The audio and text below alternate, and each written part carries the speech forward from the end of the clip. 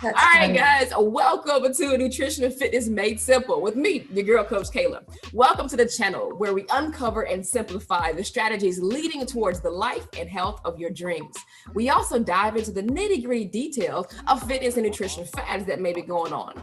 The goal is for you to take this information so that you can truly design your body.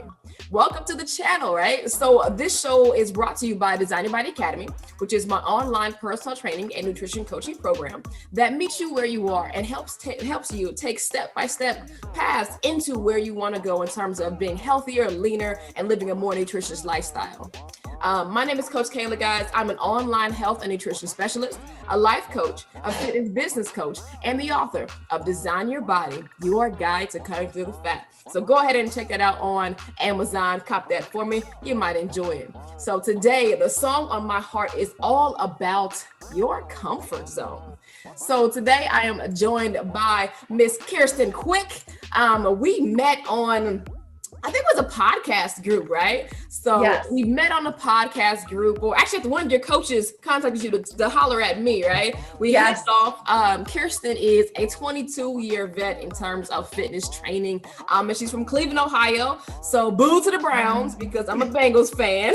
Oh, I'm a Browns fan. Come on, Cailah, come on. I know you guys are killing us this year, though. So we did great this year. I'm just saying we should be in the Super Bowl. They're doing really, really well. Like, they really are. I'm not even so proud of them. Huge football fan. I'm a hometown girl, but I always see the Browns, in the news. So boo. We'll agree to disagree. Right. But yeah, so Kirsten, she's from Cleveland, Ohio, been in the game for 22 years, and she's got a really important message, right? I'm gonna read it off for you guys. So her message is that fitness can be intimidating, right? You can do it, but fitness is for everyone. You don't always need to spend hours and hours and hours in the gym every single day. Kirsten likes doing challenges. She has several challenge groups on Facebook and some new things coming out. I'll let her explain that to you. But we're going to chat with Kirsten on our comfort zone, in terms of herself and her own journey, as well as from the professional standpoint. So Kirsten, welcome, girlfriend. Hey, thanks for having me. I really appreciate it, Cailah. It's so important. Fitness is health. It's not just about how you look. It's not just about having nice arms or a big booty. It's about being healthy, being strong, having a strong heart, lungs, strong muscles, a good skeleton, and a strong immune system. And that all comes from regular fitness. And fitness looks different for everyone. If you're a more sedentary person and you don't have a lot of time to work out, fitness for you is maybe 10 minutes a day dedicated to working as hard as you can. Or maybe it's 30 minutes or an hour. But what's important is you find what works for you, because it's as essential as brushing your teeth in the morning. What are you going to do today? You got to do it. Wash your face. You're going to wash your face today. Why aren't you going to work out? That's how I look at it, Yeah. I love how you compare fitness to, brushing your teeth. Like it's a day-to-day thing. We brush our teeth out of habit. We brush our teeth out of understanding the necessity of it. Sometimes you might wake up late and you might have to run. You will skip breakfast. You'll skip doing some other things, but you won't skip brushing your teeth. Or you might at least have some mouthwash in the car. And I agree, your workout, your health, that should be the same intense focus, It needs to be a priority. If it's not a priority, sedentary leads to sedentary, leads to nothing. And the more you blow something off, the easier it gets to blow off. So you know what? Don't do it in the first place. Every single day have a plan. Like I tell my clients, get your planner out. Well, now it's on your phone. I still use paper though, by the way. I use paper. I still have digital. I can't even read my own writing. It's all digital. But I'm like, plan out your week. When are you going to work out? How long do you have? And it doesn't have to be 60 minutes. That's the old way of thinking. 60 minutes is great and it's hard. But if you don't have that kind of time, what works for you? Exactly. Some people, they just think that I have to have a full hour. If I can't set aside a full hour, then I can't do it. And that's not right. Even it's not all or nothing. With at least 2 minutes, with 5 minutes, with 10 minutes, start off doing something. Yes, ma'am. It's not all or nothing. Just like when you have a bad eating day, Like I talk to my clients and they're like, oh, you know what? I had a cookie, which led to 2, which I was like, what the heck? I just ended up eating the whole thing. And I was like, it's not all or nothing. Let's get out of that way of thinking. No, you can have a cookie, no big deal, but eating the whole thing, just like with working out, if I can't do 60 minutes, I'm just not going to do it at all. Yeah. You guys know, like, do what you can. Do what you can. 10 minutes? Great. I did a YouTube video last week because this new research came out in the New England Journal of Exercise and Science about the benefits of 10 minutes of working out. Just calisthenics, 10 minutes 3 times a week increased this unfit group of people, increased their endurance by 7% and their fitness by 7%. So guys, there's benefits in 10 minutes of working out. Absolutely. I want to get into the all or nothing concept. I know you have clients that may feel that way, and I've got a few, and it's interesting when we look at the mindset of it. So we are the type of people where sometimes we don't like to settle. And we're taught not to settle, and sometimes we say, okay, well, since I can't get what I want, I'm not going to do it at all. And in some senses, that's good. But in terms of your health and fitness, no, we've got to be able to work our way up. I've got a lady who she doesn't like exercise, which, okay, fine. There are a lot of people that don't like exercise, and exercise is a means to an end. And depending on how strong your mentality is, that's okay. If you're okay to grit and grunting just to get what you need to get, okay, fine. But when you're in a position where you are allowing your dislikes to dictate your actions, when those actions kind of hurt you, that could be really damaging. So talk to us about, in your opinion, in your position, how people do that, and also how maybe we can get through that. I'm all or nothing in terms of nutrition, fitness, everything. Yeah, we need to be stronger than all or nothing. I think all or nothing is kind of like a defense mechanism. So you're kind of like, oh, you know what? That was my weakness because I did that. So I'm out. I'm just going to go for it. I'm going to be all out, right? Throw the whole day away. Yeah, throw it all away, all or nothing. And it's kind of like a cop-out. And I think it's the easiest thing for someone to do because it's like someone like listening to their feelings. Like they get up in the morning and they're like, you know what? I'm just not feeling it today. Okay, well, let's get past that and do it anyway. Yeah. And just like all or nothing, it's like you made a mistake. Who cares? Keep going. You don't just say, made a mistake, I'm out. So we kind of need to be stronger. We need to be self-disciplined, and we need to be stronger than the cop-out for our own health. I'm talking about just a regular person. I mean, we're fitness professionals, and sometimes when we say stuff, people are like, "Oh yeah, that's because you do it for a living." Easy. Yeah. But I'm saying we need to. Every single person, hopefully, can work toward a mindset of having, you know what, I made a mistake, but you know what, I'm going to get right back on the horse right now because I'm not going to listen to my feelings. I'm going to be disciplined enough to do it because those goals mean something to me. Yeah, I love what you said. You said be stronger than the cop-out. That right there, there's so many levels to that, oh my gosh, like be stronger than the cop-out. That's been my thing for the whole week. It's funny, because like you said, a lot of people don't realize that, hey, even professionals, we struggle at doing the things that we are professional at, Yes. Christmas comes around, my mom makes the absolute best cookies, right? I love it. And so all December, my nutrition is so hard. I usually do okay until I go home for Christmas. If I go home for Christmas, it's kind of like, oh, okay. All right. They're called sugar drop cookies. They're like my grandmother's, right? Wow. And they are, it's like a. Do they melt in your mouth? Are they like covered with like powdered sugar or something? No. It's I don't even know why they're called sugar drop. It's like an old, like your grandma's type recipe, Right. So they're buttery, they're melty, they've got raisins in it, and they've got little sprinkles on top. Like, it's just amazing. And so my mouth is watering. I know, right? So this is what I do, right? Because I'm truly an undercooked fat girl. That's what I tell everybody. Because I love food. I really am. So what I do is when I know I'm going home for Christmas, one, I try and limit my days because I know my own personal willpower against the things that I really struggle with. I eat those cookies.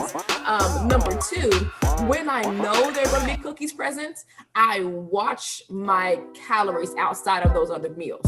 Yes, right? Ma'am. So sometimes I will skip breakfast, I will skip lunch, I'll eat half a dinner because I know all day I'm snacking on cookies. And that's so smart. It's planning and preparation. And so it's funny, me and my daughter, Devin will work out with me and I'll be like, hey, Dev, Dad's planning a feast tonight for dinner, prime rib, roasted vegetables, whatever. Yeah. And she's like, okay, that means I have to cut back the rest of the day. And I'm like, good planning, Devin. We have to plan for what we have ahead. And that's not a bad thing to do. If I know I have a big dinner, guess what? I'm going to cut down on breakfast. I'm going to cut down on lunch because I have got extra calories coming during dinner time. That's how you plan. And that becomes a way of life. Mm-hmm. Plan and organize. Be stronger than the cop-out. That reminds me of, I often in my conversations go back to how I was raised. Is there are pros and cons, right? To all of us on how we were raised. And I was raised to suck it up. Mom was always saying, Cailah, it's not that serious. In her words, it was just suck it up, Yeah. That was a translation. It's not that serious. You have to do something that you don't want to do. It's not that serious. Just get it done and it'll be done. Don't prolong the process. So when we look at weight loss, when we look at health, fitness, and exercise, if we prolong the process because we are allowing ourselves to cop out, we're making it harder. Yes. So just go hard the first time. Be stronger than the cop out. I'm using that. Absolutely. And I love the Nike saying, just do it. Do it. Just do it. Don't think about it too much and don't let yourself off the hook. So you've got goals, right? Absolutely. So let's look into kind of change, right? So a lot of people have goals. Everyone has goals, right? Hopefully everyone has goals. When it comes to health, fitness, nutrition, some of course may be to gain muscle mass. Some may be to decrease fat mass. Some others may be to decrease A1C, so on and so forth.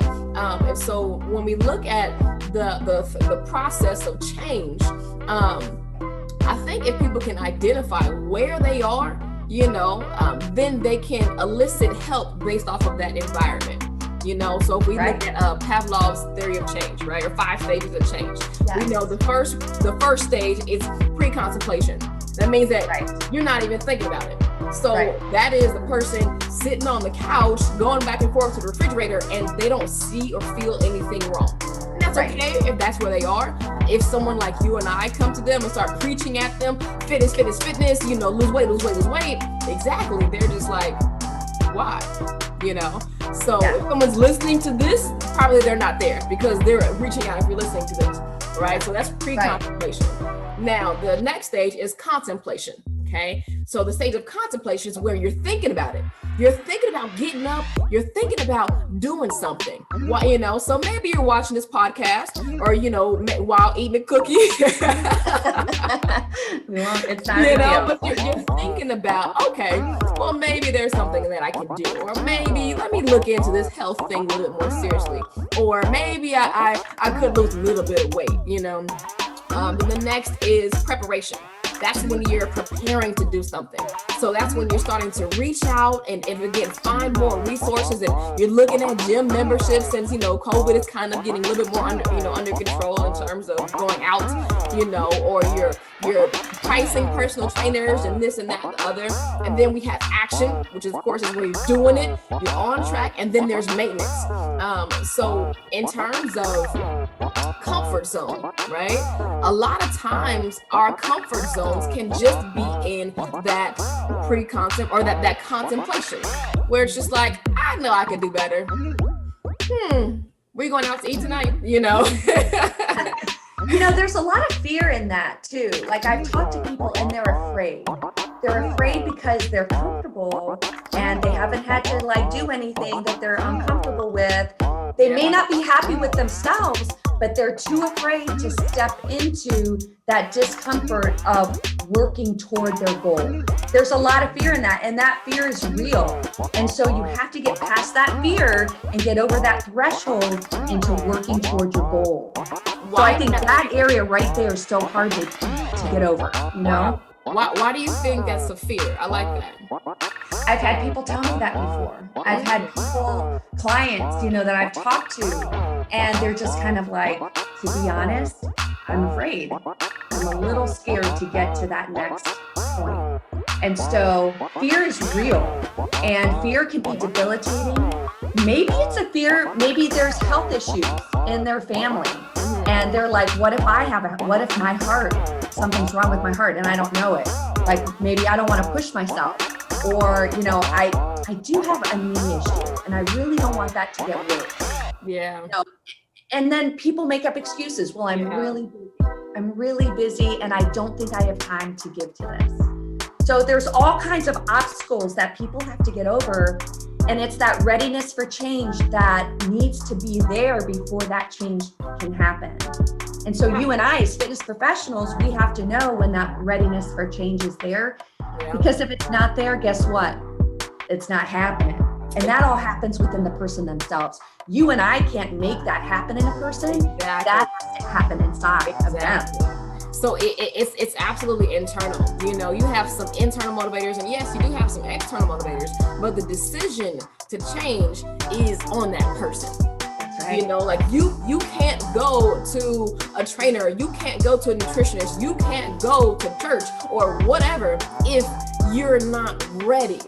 You know, if you're not ready to actually change. And being ready to change also comes with acceptance that one, things are going to be different, and that two, it might be a little bit hard.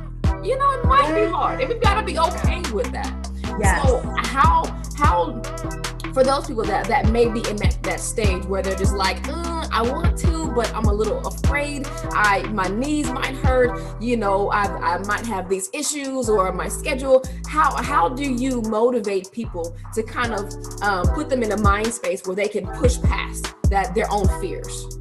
You know, I would ask questions. So my question would be, are you the happiest that you've ever been in your life? Or I would say, what will get you to that point where you are the happiest you've ever been? Like perfection here on earth. Like no one's perfect. Earth isn't perfect, but perfect for you right now. What does that look like? Yeah. And a lot of times you have to get underneath that fear or that I don't have time.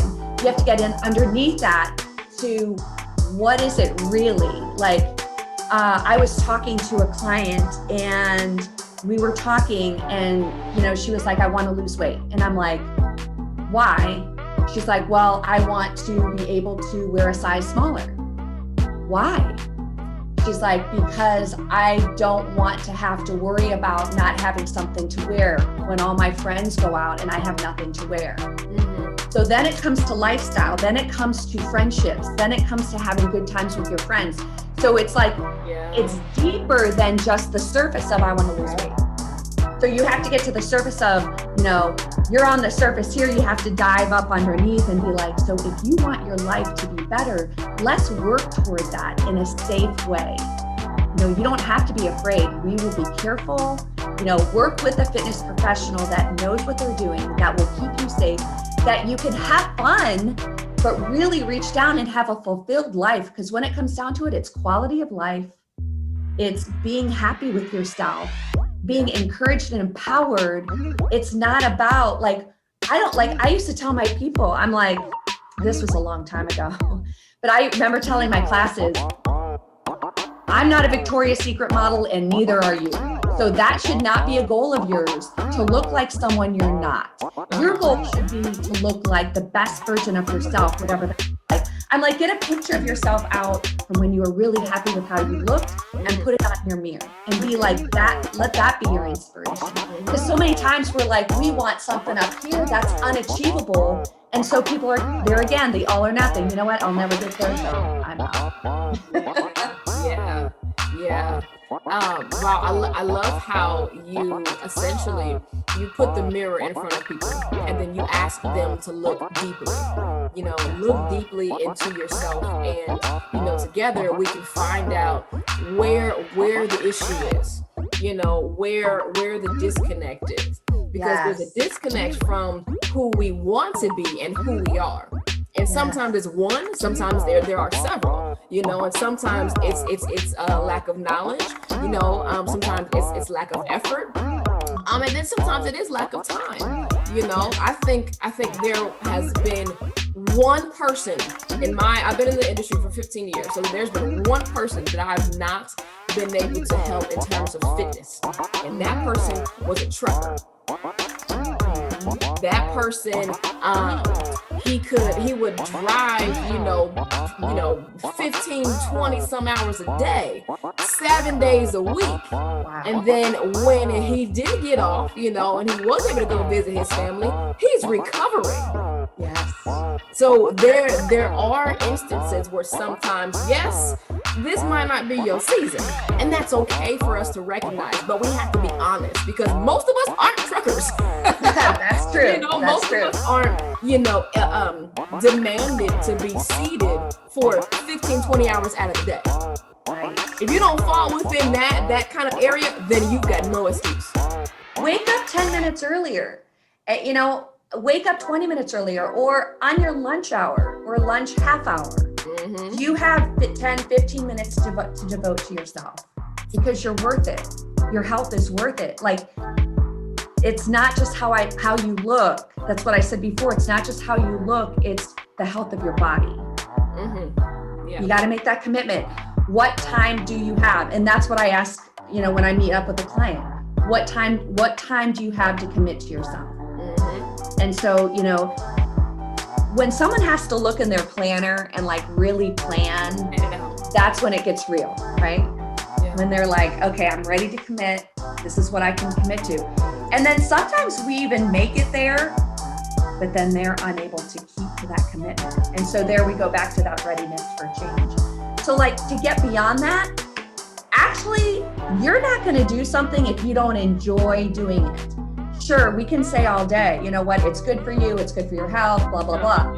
But if you're not going to have fun doing it, if you're not going to enjoy doing it, chances are you're not going to do it. So I tell people, what do you like to do? I ask them, what do you like to do? Do you like to dance? Do you like to walk? Do you like to run? Do you like to hike? Do you like to cycle?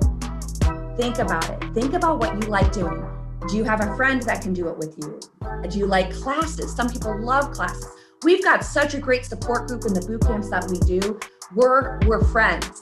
Yeah. Friends that do stuff. Mm-hmm. And there's something to be said about that kind of support. And so the more support you have, the more you're going to achieve, and the more you're going to reach those goals if you've got that support around you. Absolutely. I love it. So now we talked about kind of Pavlov's 5 stages of change, right? We talked about the readiness that you have to be able to change.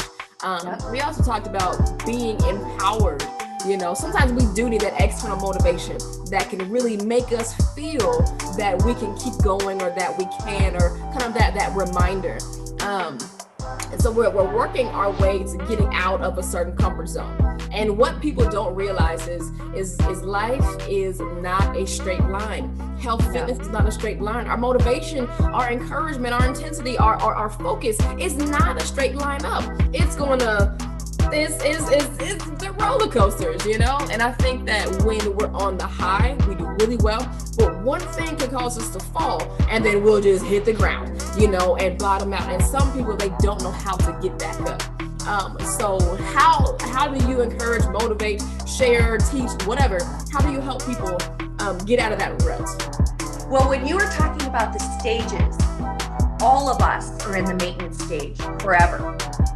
We never, there's no end. Good, you made it, you're done. We're always in the maintenance stage. Even you and I, taking care of ourselves, maintenance. Mm-hmm. Maintenance, just like your car. Is your car ever done? There's always something. It's just life. And we have to understand that, okay, if we have a certain goal, great, we met that goal, but then we're not done.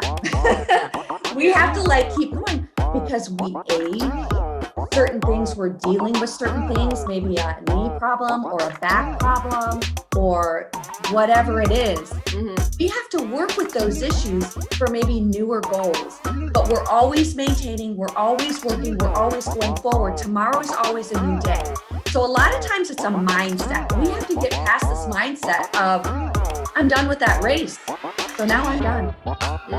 And so, but so many times I'm like, what's after the race? And they're like, well, I was training for the race and now it's done. And I'm like, they're in between kind of goals at the moment. In between goals, in between goals. And that's fine.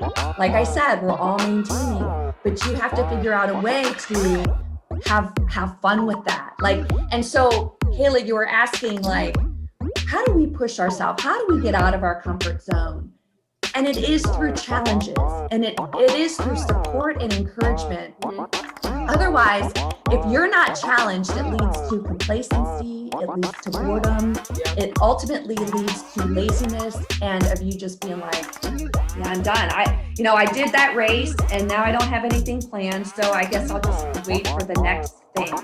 And that happened, and so 3-4 months go by, and they're like still not doing anything. Yeah, especially for people that don't have health issues. They're not, excessively out of shape, So my opinion is that it's okay to be in between goals, and because sometimes your body does need to rest. Sometimes it is okay for your body to get a little extra cushion, but we have to understand what our set point is. I think we should have a range. So my personal range, I'm 5'6", right? So my personal range is, I've got a one, if I get higher than 150, then I know, okay, nope, I've slacked off way too long, So my set point is ideally 135 to 140. But I know if I get up, 145, 147, 149, then my body feels different. I think if we have those identifiers within ourselves, then we can say, okay, there's no more time to chill. I've reached a point where I know that my knees are going to hurt more, my joints are going to swell more, my belly's jiggling when I run, whatever the thing is. If we set some identifying markers for where we are, sometimes we are going to have an off season. We are going to have downtime, and that's okay. Because I think sometimes mentally we do need to transition. So it's hard to go 100% for your entire life. For sure. For sure. So we have those identifying markers as to, okay, when do I need to chill out? When am I doing too much? And then when am I not doing enough? If we stay within that medium, then I think that's where we find real health. And I totally agree with you. I think the general population and most people are not training for something, are not training for a 10K or a 5K. Most people just need to move. And so I would say okay, how are you going to move today? It can be a 30-minute walk. The American Heart Association says do something 30 minutes every single day. And that's just for good health. That's just for heart health. And with this COVID crazy thing going on, we need a strong immune system. We need a strong heart. We need strong lungs to fight off the germs and the bacteria. And so we do need movement in our everyday life. And it doesn't have to be hardcore. We train, when I have hard training days, I've got easy days. I have active recovery days. And that's listening to your body. Like you said, Cailah, listening to your body and knowing when you need to scale it back and knowing when you need to take a day off. But if you have the mindset of, okay, what am I going to do today? Maybe it's just walking. Maybe it's just going up and down my stairs, 5 times. That'll get my heart rate up, even just for a couple minutes this day. But I would just promote healthy thinking and promote that to move. As simple as that, just to keep moving. Yeah, I agree. So tell me about comfort zone. Right. I think last we spoke, you told me that a friend challenged you to get outside of your comfort zone. So tell me that story. And let's get into that because I'm curious. Yeah. So my friend was like, I really want to do a savage race. And I'm like, whoa. Like, what's a savage race? And she's like, it's really hardcore. And it really is hardcore. It's like, there's like a whole community of savage racers that like earn these huge medals. They travel around the country and they compete. Oh, wow. They're like professionals. And it's like 25 hardcore obstacles. There's this one obstacle where it's like a circle and you hang and you have to move the circle and then you have to grab onto another circle and hang the circle. And if you fall, like fall in American Ninja Warrior or something. Yes, you fall in 6 feet of muddy water. And this was in December. And so, I mean, it's like, and then what's hardest for me and hardest for many women is upper body strength, hearing your body strength, or like doing rings or anything like that. It's hard because it's your body weight into your shoulders, core, upper back. And so I immediately thought of that and I'm like, you know what? Again, I don't think I'm strong enough to do this, And she's like, let's do it. It'll be fun. And then I thought, I'm always pushing my clients. I'm always pushing my participants. If I don't push myself, I'm a hypocrite. So you know what? I'm going to get out of my comfort zone and I'm going to do it. And ultimately I grew from it. I recently bought a power tower, which will help me with my upper body strength. I'm going to work on it. I saw that. Those awesome. Yeah. You never know what a challenge might lead you to. Maybe different training, maybe new friends, maybe new opportunities. Like we're going to Florida in March for a savage race. And so it's kind of opened up this whole new door of fun. And not taking it too seriously. Like, don't take it too seriously. Just have fun. And honestly, if you're doing one of these races and you don't feel like doing an obstacle, guess what? You can walk around it. So why was this, as a fitness professional, outside of your comfort zone? Well, because I'm used to, like classes, kickboxing, strength training, running, like I can do that all day. But when it comes to those obstacles, that was something new for me because, in my classes, I can obviously do what I'm teaching. So, but in a race like this, I didn't even know what was in front of me. So it was the unknown. I didn't know these obstacles. I've never done them before. And so for me, even as a fitness professional, because you can teach classes all day and a race like that can be like, oh my goodness, I'm not prepared. So the unknown, the fear of the unknown was your fear. Yes. And the fear that I couldn't do it. And the fear that I couldn't do it. And that affects my own confidence level because then I'm like, oh my gosh, like I call myself a fitness professional. I can't even do that. It's humbling. Embrace the humble. Embrace the fact that you can't do it and work toward getting it done if you want to, So the fear of the unknown, right? The fear of more than just the unknown, right? Because I'm sure you could look up the obstacles because you got to train for it. But more of the fear that maybe I can't do it. Yes. How many clients, how many people looking to lose weight, looking to change their design their body, looking to change their fitness, have that thought, maybe I can't do it. So many.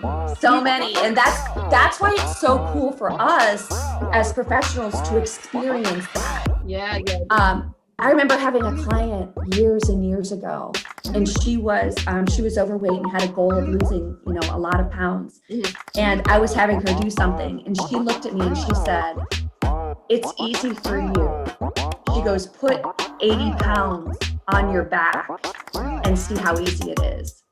And I thought to myself, wow, putting yourself in someone else's shoes really helps you to embrace where they're coming from. Very true. Yeah. Tell me what was the thing that brought you what was the turning point? Because the comfort zone was, teaching, fitness, kind of that routine style. I know it, so I'm going to do it, but then we have on the other side, we have upper body strength, which is hard for women. We have these crazy obstacles. We have this, well, what if I can't do it? Possible embarrassment, possible confidence, possible whatever. So what was that thing that caused you to go from here, from the comfort zone into the challenge, into the unknown? Probably the challenge itself, and probably I was calling myself out because I don't have a problem doing that. And I was kind of like, listen, if I call myself a fitness professional and have expectations for my clients, I need to be able to challenge myself and not cop out, because I'm telling my clients all the time, don't cop out, just do it. And so I was kind of like, time to kind of step up. And I mean, it didn't make a difference. I mean, it made a great difference in my life. It was super fun, but I could have easily said no, right? I mean, it's not life-changing, but I didn't, because I had a point to prove to myself. I had a point to prove inside to myself. If I'm calling myself a fitness professional, working with people all the time, and I can't even step up to a challenge, sure, like I've got challenge groups and everything, but I make up the challenges.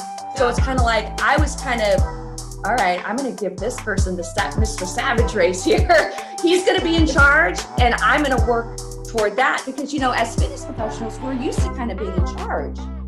And that can be a comfort zone in itself. And so I was like, you know what? I'm getting out of it. I'm gonna go to Mr. Savage and do his race, you know, because I want to work toward that. Mr. Savage. I know. So I always say that, in my opinion, there are 3 motivators, right? Every motivation comes down to 3 different types, 3 different categories, right? One is fear. Of course, we can be motivated by fear. You know, some call it the fear of failure. You know, it could be the fear of living a life where your body's in pain, or, you know, you have diabetes, or you're taking medications, right? So fear is one. The second is guilt, right? Some people are motivated by that guilt and knowing, I shouldn't be here.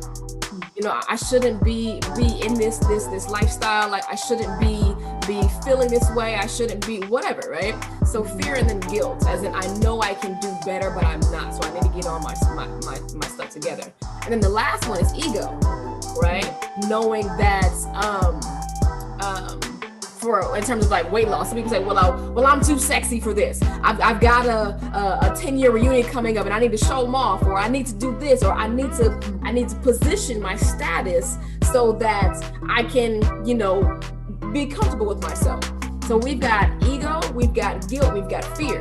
So for you in that challenge, your motivation was ego. It's not a bad thing. I want to make that clear. Like, it is what it is. You know, my motivation for most things is ego. Right? It doesn't mean you're extra proud or you're whatever else. It's just that, hey, like you said, I'm a fitness professional. Our bodies are our uniforms.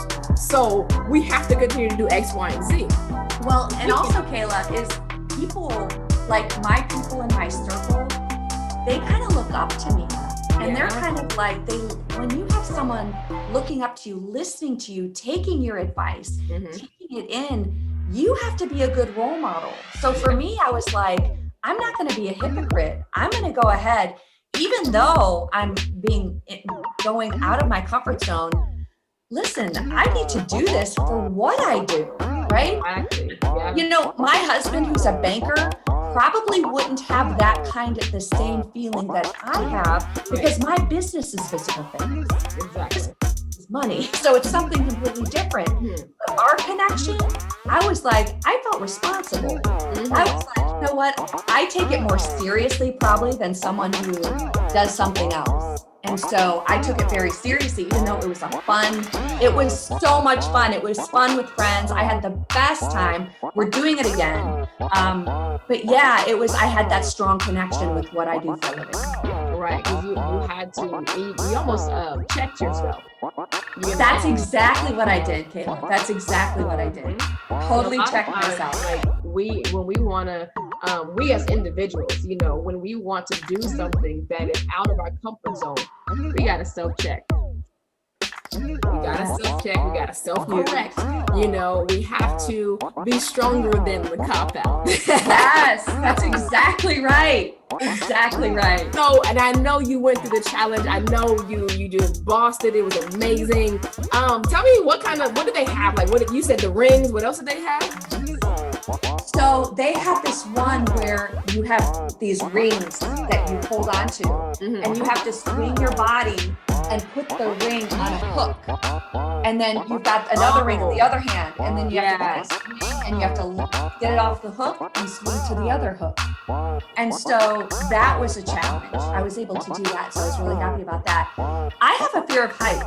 And so I have to deal with that. And so one of them, and a lot of people would probably think this is easy, but it was a very high netting that you have to climb up the netting, and then there's a pole and you're really high up, and then you have to climb back down. And so like everyone that I was with, they were down, and I'm like climbing down because I've got this fear of heights. But I overcame that and came down, and they're all looking at me like, this is taking a long time. I mean, they were so sweet. I'm like, so that was hard. And then there's this one where this rope is hanging down. It's almost like, I forget what they're called, but it's a wall that goes up like that. Oh, like a ramp? Yeah, like a ramp. Mm-hmm. And you have to run and grab the rope and climb up the ramp, and you're kind of upside down at some point. And then you have to grab onto the rim of the plank or whatever, and just jump on. So it was hard. Ninja. It was hard. Yeah, I mean, it was like, these are no joke obstacles.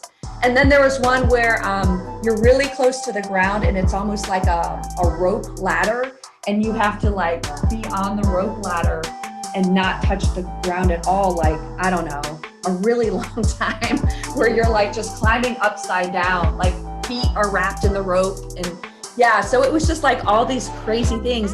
And it was kind of cool because some things were like, hey, I can do this, you know, I'm not having any trouble with it.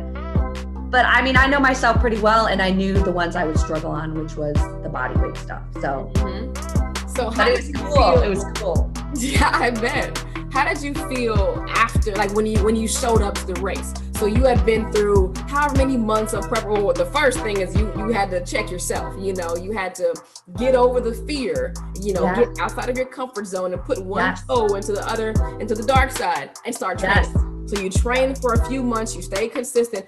Cool. Now you show up the day of where it's testing time. See, a lot of times like we don't get tested on what we're training for. Right. We just reach the result and like, yay. But how do you feel stepping on that course when everything is on the line? Like your entire life is on the line right now. Like, You know, I was really excited, and I think it was my perspective that I had made it there, and I'm just going to do the best that I can. Yeah. Now it's hard because I have a competitive streak in me. And so I had to go in there and check myself and be like, I'm going to have fun. I'm going to do the best I can. I'm not going to be competitive. So it's almost like self-talk. I self-talked to myself. So I was ready to go. And I was like, okay, I'm super excited. I'm not going to be competitive. I'm going to do the best that I can. And I'm really happy to be here. So that was my mindset. But you definitely have to talk to yourself, because if I was in there and I'm like, I'm going to kill this thing, let's go. I'm in fitness, I'm going to kill it. I didn't want to do that.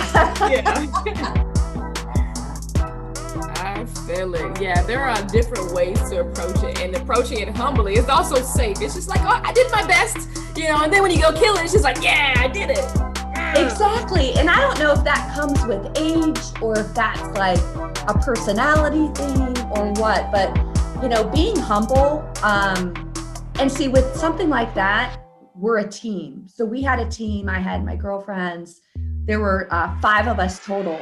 And if someone was lagging behind, I'd wait and run back and then run with them. So it's like a team effort. We're all like, come on, you can do it. You've got this. You've got this. You know, when someone fell or whatever, you're worried about them. Like, it's a team effort. So it's more than just yourself. And I find that when that's the case, that kind of changes everything. Like, you're not just out for yourself. You're out for, you know, your team that you're with. Mm-hmm. Groups do make the emotion stronger. Yeah. Well, and so the boot camp that I'm in, one of the girls was like, let's do this mud race in April. And I was like, I'm in, let's see who else is in. Well, there's like 11 of us doing it. But there's my one special friend who is kind of like, you would think she'd be like, I'm out, I'm not doing it. But she's like, I'm going to try it. The fact that she said she was going to try it influenced probably half a dozen of those women to be like, well, if she's doing it, I'm doing it. Right. So there's power in that teamwork, right? That means you got to have a good team. You got to have a good system of motivators, you know, whether you know them or not, you know? So now, okay, I want to ask, when you made the decision to start training, okay, what kept you going? Why didn't you back out? Because a lot of times we get into something, okay, we're trying to lose weight, I've only lost 2 pounds and it's been a whole month. Like what kept you going? Yeah, probably my mindset. Once I set my mind on something, I don't give up. And that's just something that's been in me since I was a young girl. And so when I committed to that race, there was no backing out. And so I'm like, since I'm doing it, this is how I have to train. And so I just did it. I didn't think about my feelings. I didn't think about my fears anymore. Listen, I thought about it in the beginning, but then when I made that decision, I'm in 100%. And so that's how I wish my clients would be. And that's why sometimes it's hard for me to understand, because once you commit, right? That would be in an ideal world, right? Right. Now, what happens if, again, you and I, we deal with clients. What happens if a client, they don't have that mindset? A listener, they don't have that, okay, I'm all in. If I said I'm going to do it, it's going to be done. How would you have motivated yourself? Let's say that we take your mindset out of you. You put it in the average person's mindset, which is, oh, this is hard, it's uncomfortable, I don't want to. How would you continue? I would just ask questions. I would kind of pull out what's holding you back. Why do you want to stop? What would make it better? Would it be maybe training with our friends that are doing it? I think asking questions, you really get to the bottom line of what someone's thinking, because everyone's mindset's different.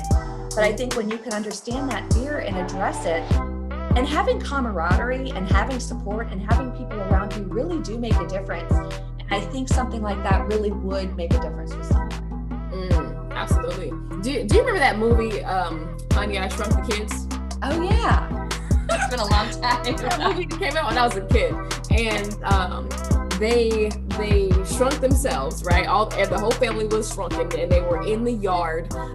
So the grass is 3 times as tall as they are, and they somehow climb on top of this ant, and now they're driving this ant. But the way that they're driving this ant is they have I don't know, a piece of bread or something. They put it on a stick and they hold it in front of the ant's face while they're on the ant's back. So it's imagine a fishing pole with a line that has that bread, and they're leading the ant where to go based off of that. And so I always think about that. I always think about, okay, how can I get back on track? How can I keep going? If the ant is me as an individual, or if the ant is a listener or a client or whatever, what is that thing that I can hold in front of them that will allow them to continue to keep going and keep reaching and keep walking and keep walking? So sometimes people just need that reminder.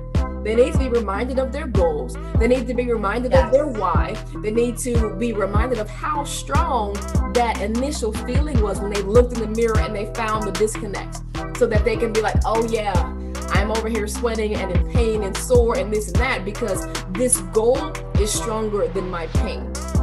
My want, my need for health, my want for a better looking body, my want for whatever is stronger than the pain. But sometimes we get so focused and so stuck and locked into the temporary aspect, the temporary pain of something, that we forget, oh wait, this is the bread I'm going out for. This is the reward. And I think that if we can, get people to reflect, essentially, it's reflection. Some people need to do it daily. They need to think about, okay, why am I doing this again? Oh yeah, because of X, Y, or Z, And I think that really helps people keep going, because everyone doesn't have that strong mindset where they can say, well, I said it, so I'm going to do it. Even myself, I remember, I said I was going to compete in bikini years ago, right? It's probably about a good decade ago by now. And, but I never said it out loud. I never told anyone. Because I knew if I was going to say it out loud, I would have to own up to it. Yes. I didn't want to. I didn't want to be butt naked in front of everybody. I was afraid of the process. I was afraid of the work ethic it would take to get there, and I was afraid of what was going to happen when I got on stage to be judged. All of my hard work. So I did it. I kept it to myself. I didn't say it. I would do my regular fitness thing, my regular workouts, whatever. And then I decided that I was going to do it. I didn't tell anybody yet, but I decided that I was going to do it. And then I set a few things in place to get there, right? So, and this was, again, about a decade ago when I knew I needed to do it, but I didn't tell anyone. And so I didn't start working towards that goal until 2019.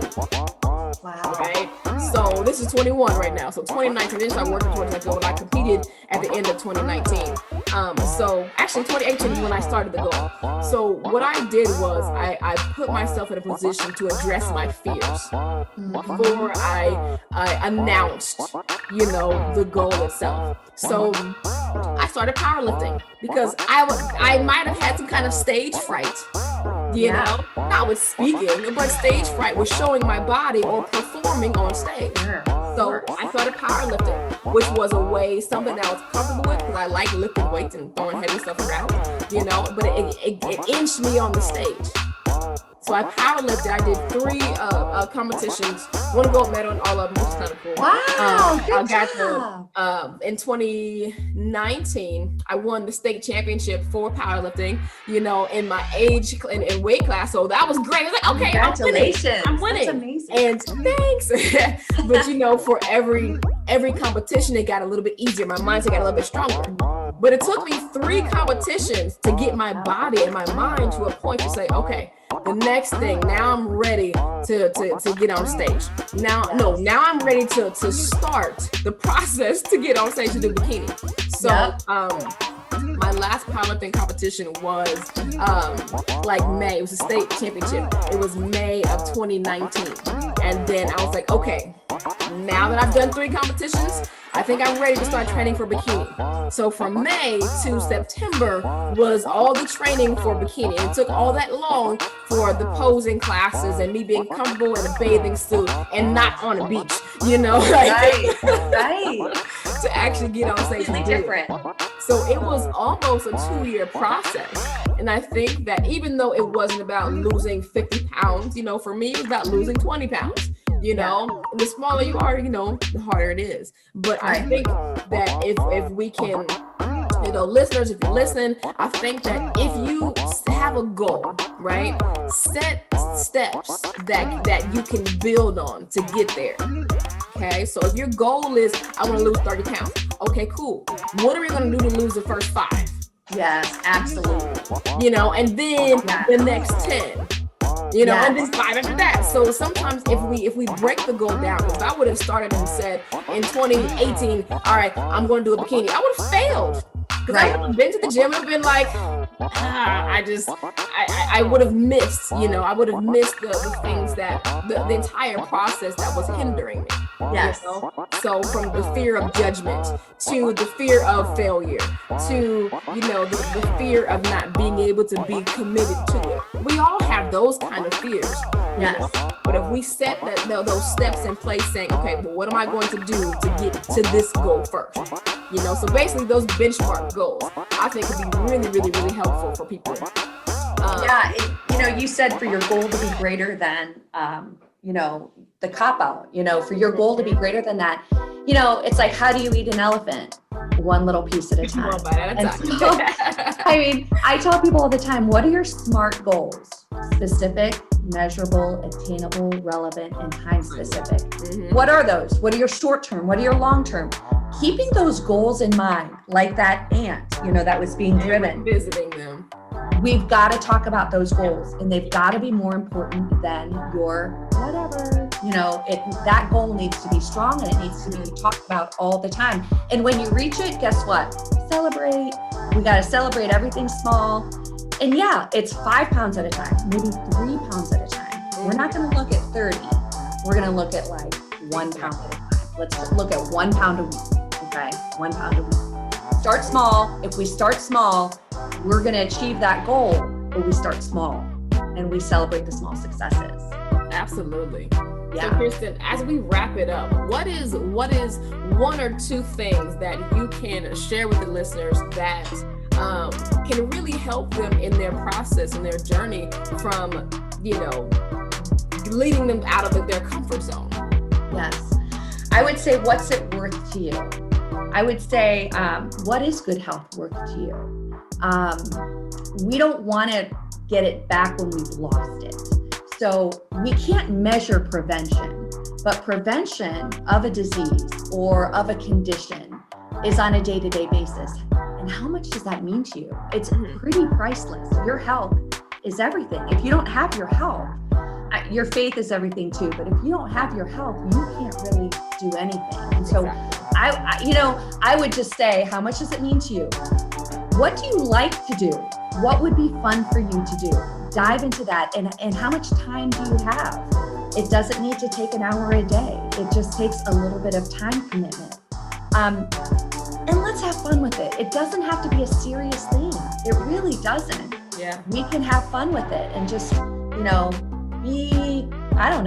not take ourselves too seriously. Yeah. And sometimes I can do better with that too, with taking things too seriously. Yeah.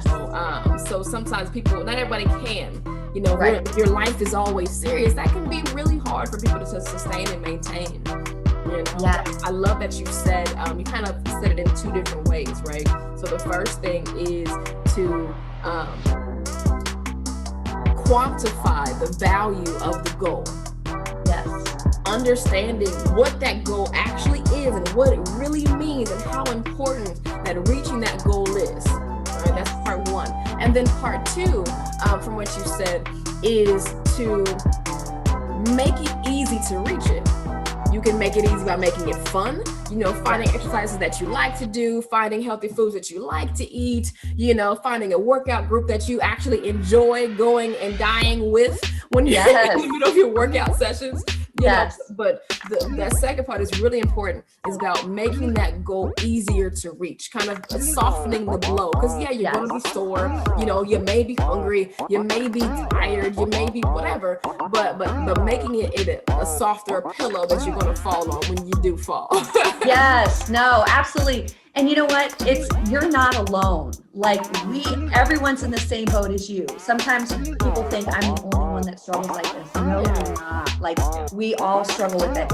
And listen, it's so worth it. I have seen people change their lives by gaining control of their life, of their nutrition, of their fitness, mind, body, spirit. It's all connected. When one's off, we're all off. When you're all in sync, it changes your life. And I've seen it happen more than once. And these people are so thankful. They put in the hard work, they committed, and now, they're kind of have a new lease on life. And if that's your goal, it takes a little bit of work, and I've seen it. It's worth it. It's amazing to see and be a part of. Absolutely. Well, Kirsten, thank you for joining. This was awesome. Tell everybody how they can get in contact with you, how they can follow you. Yes, I have a website, www.kirstenquickfit.com. I'm on social media, Instagram, Facebook, YouTube, same thing, Kirsten Quickfit. So check me out, check out my workouts. I've got, like I said before, 5 minutes, 10 minutes, 20 minutes, 30 minutes, hour. Little workouts. I've got challenges. If you just want to spice up your life with a plank challenge, I'm your girl. Awesome. And I'm sorry, I've been saying Kirsten. Oh, it's fine. Listen, I answer to anything. It's fine. Well, Kirsten, this was awesome. Thank you for joining us today. All right. So guys, again, thank you for listening to this podcast. And don't forget, if you need help, just ask. Matthew 7:7 says, ask and it shall be given unto you. Seek and you shall find. Knock and the door shall be open. I'm here for you. Kirsten is here for you. Amen. We're here Amen, for your Cailah. health, your fitness, your motivation and needs. And if you need help, just ask. Google will only get you so far. Well, family, we're all out of content, and I hope that you've not only enjoyed this episode, but that you can put this information into practice, right? We went over how to move from your comfort zone into your goal, into your progress, into your positivity. So don't just stay sedentary. Get up, move. How do you eat an elephant? one bite at a time. How do you climb a mountain? One step at a time. How do you reach your goals of health and fitness? 1 calorie, 1 movement, 1 step at a time. So Amen. Thanks for listening, everyone, to this episode of Nutrition and Fitness Made Simple with me, your girl, Coach Cailah. Do me a huge favor and rate, like, love, comment, subscribe, send it, share it, whatever, with people that you think this will be helpful for, and put it in a place that you can get to it. So thank you so much for listening, supporting, and downloading Nutrition and Fitness Made Simple with me, Coach Cailah. Peace and blessings, love and light. Always design your body. 2, 3, 4, yup. 5, butt back. 6, reach. 7, butt back. 8, 9, 10, 10, 9, 8, good. 7, 6, 5, 4, 3, 2, and 1. Good. From here, go ahead and grab your quad. All right? Grab your foot for a quad stretch.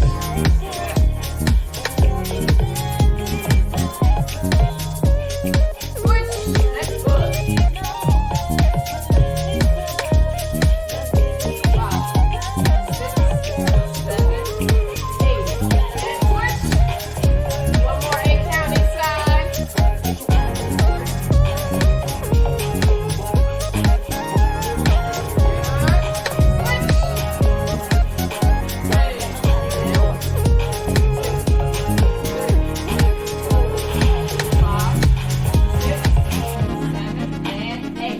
Going back, feet wide. Now we'll go a little bit